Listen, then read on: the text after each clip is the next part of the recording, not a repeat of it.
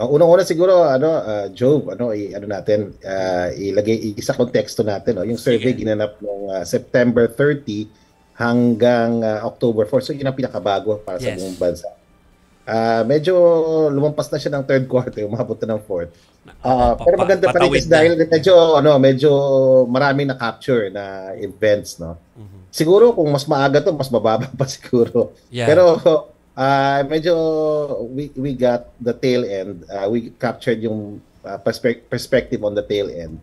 So anong ibig sabihin, no? So pagdating sa trust rating, so tiwala natin sa gobyerno, bumaba yung kay PBBM from 64 to 57%.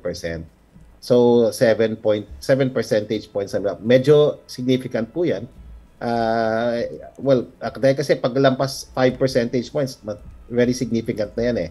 Kay VP Sara, bagyang bumaba from 54% to 51%. So, bumaba yung trust nila during that period o yung tiwala sa kaila. So, parehong bumaba. Pero medyo malaki yung pagbaba doon kay President Bongbong Marcos during that period. So, kung saan siya malakas, ang taas ng trust ng ating presidente nasa NCR, nasa Balance Luzon, kung saan naman siya mababa dun sa Visayas at Mindanao. Kabaliktaran naman kay VP Sara, kung saan mataas ang tiwala sa kanya sa Mindanao, in some many parts of Visayas, mas mababa naman siya sa Balance Luzon. So yun ho yung diferensya ng kailang and across the board, across classes, makikita mo talaga nagbago yung mga numero nila na yung quarter na to. Sa performance naman, kung nasisiyahan ba mga kababayan natin, ang binabaho ni President Marcos this quarter ay it's quite significant po, no. Pag tingnan mo yung performance rating from 62% to 54%, ang laki ng hunang binaba.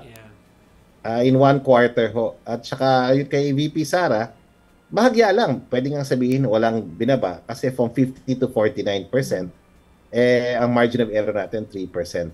So, parang halos stable yung kay VP Sara. Pero anong ibig sabihin nito? Bagamat bumaba yung trust and performance ratings ni President Marcos, siya pa rin nananatiling most trusted. And sa mata ng ating mga kababayan, majority ho ang nag-approve or satisfied sa kanyang performance. Pero makikita natin yung epekto ng mga nangyaring events noong September doon sa kanyang trust ratings. Kasi tatandaan natin, pagtingin natin yung trend, talagang pababa, no? Yung bumaba bigla yung kanyang numbers na nag-recover na nung second quarter during our July survey. Meaning nag-recover na after 2 quarters, fourth quarter 2024, first quarter 2025, pababa yung numbers ni PBBM. Nung July, nag-recover po. Pero yung third quarter, bumagsak nga. Bumaba, no, significantly. Kay VP Sara naman, consistently pababa yung numbers niya. So, yun yung trend. And I think malaking bagay dito yung mga issues of the day, no? Yung mga nakita natin mga importanteng public concerns, no? Lalo sa governance, yung corruption issue, yung issue ng taas ng presyo ng bilihin o cost of living. At isa pa naman nakita namin sa survey, malaki ho yung segment, no, lalo sa Balance Luzon, parang 33%, na kumbaga ba neutral sila, no, or ambivalence, hindi lang masabi kung may tiwala sila kay President Marcos o hindi. That's 33%. So, undecided, no. Nakikita rin namin na medyo regional yung base of support ng ating President at Vice President. Ayun po, yun yung mga findings, and I think malaking factor dito yung sa trust and performance, lalo na for the President kasi siya talagang in charge. Kung di magbabago ang response ng government to many issues, hindi lang yung sa corruption, pati itong sa disaster risk reduction, sa disaster response, baka tuluyang sumadsad yung kanyang trust and performance number. Yes, Prof, si Chicky Verhel po ito, no. Sabi nyo nga po, kakasabi nyo lang po, no, na kung hindi matugunan itong mga like flood control problem natin at yung concern natin dun sa corruption ay baka tuluyan ang bumaba. So, ibig sabihin po ba ngayon itong pagbaba ng trust and performance ratings ay reactive lang, reactionary lang muna, wala pang indikasyon na magiging trend na talaga siya, na bababa? Well, sa amin kasi sa Okta, hindi pa pwedeng sabihin trend kasi nga nag-improve nga nung second quarter kasi lalo na nung time na nagsiwalat na tayo ng graft and corruption cases, no, at issues, no, sa ating kababayan.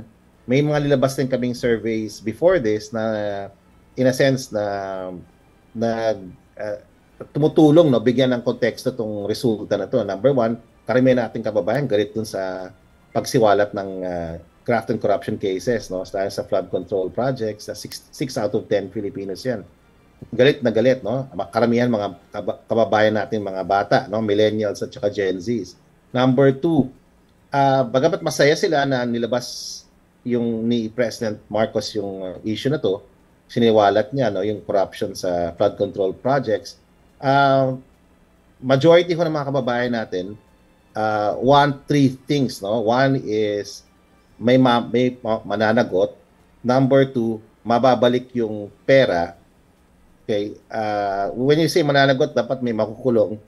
Number three, magkaroon ng pagbabago sa infrastructure, pag-implement natin ng infrastructure program. So, ang tingin ng mga kababayan natin, hindi lang ito issue ng corruption, issue rin ito ng implementasyon na nandun talaga sa control ng ating presidente. So, the ball is in the hands of the president, in the court of the president. Kailangan talaga, he has to work hard to win back the trust and by improving his performance ng administration niya. And I think they're trying, no. Yun nga, maraming mga pagbabago mangyayari over the next few weeks, and hopefully that will, yung decline na to mapipigil.